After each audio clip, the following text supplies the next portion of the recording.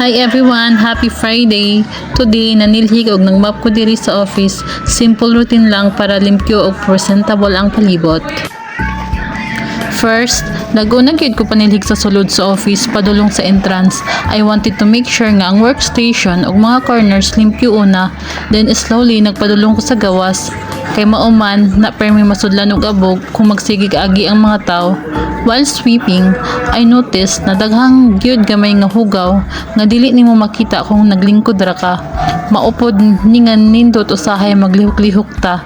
Kay mangita nato unsay dapat limpyoon. Lingaw sad ni kay in a way mura siya ga-exercise. Naka-stretch ko gamal while cleaning. Na-realize pud nako nga kung manilhig ka, makapahimo og mindful moment. Kay samtang nagwalis ko, nag-observe ko sa surrounding, unsay naa sa mga kanto, unsa pay kulang nga limpyoon. Makita nimo nga bisang gamay nga dust or hugaw, kung di nimo tagdon, mo ipon ra di ay ug madako. Maupod ni nga maka-appreciate ta sa ginagmay nga effort. Kay every sweep, murag small progress towards a cleaner space.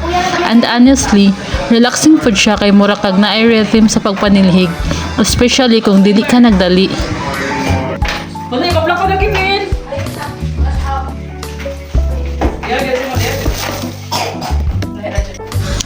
Pagkahuman sa panilhig, nag-mop dine ko. I prepared a clean pail of water with floor cleaner para humutog shiny ang flooring.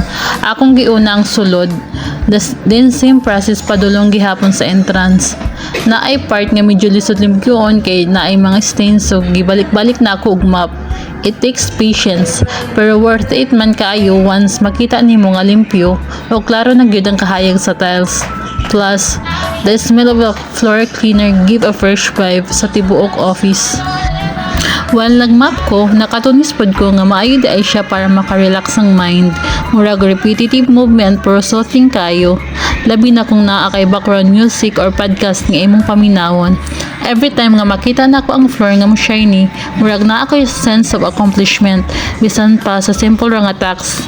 And the best part, kabalo ko nga inig-abot sa uban nga mo office diri, maka-feel sila nga welcoming og limpyo ang environment. Mas enjoy gyud magtrabaho kung humot og presentable ang lugar.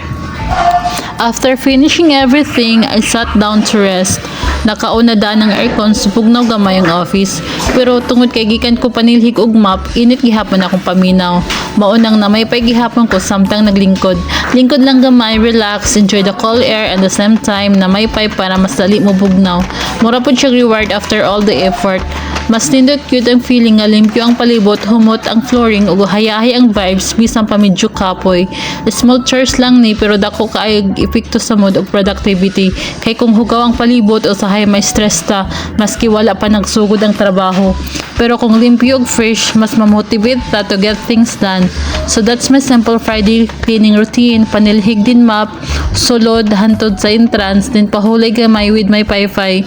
Thank you for joining me today and I hope na inspire pod mo to keep your space clean and organized. See you again on my next vlog. Buyers!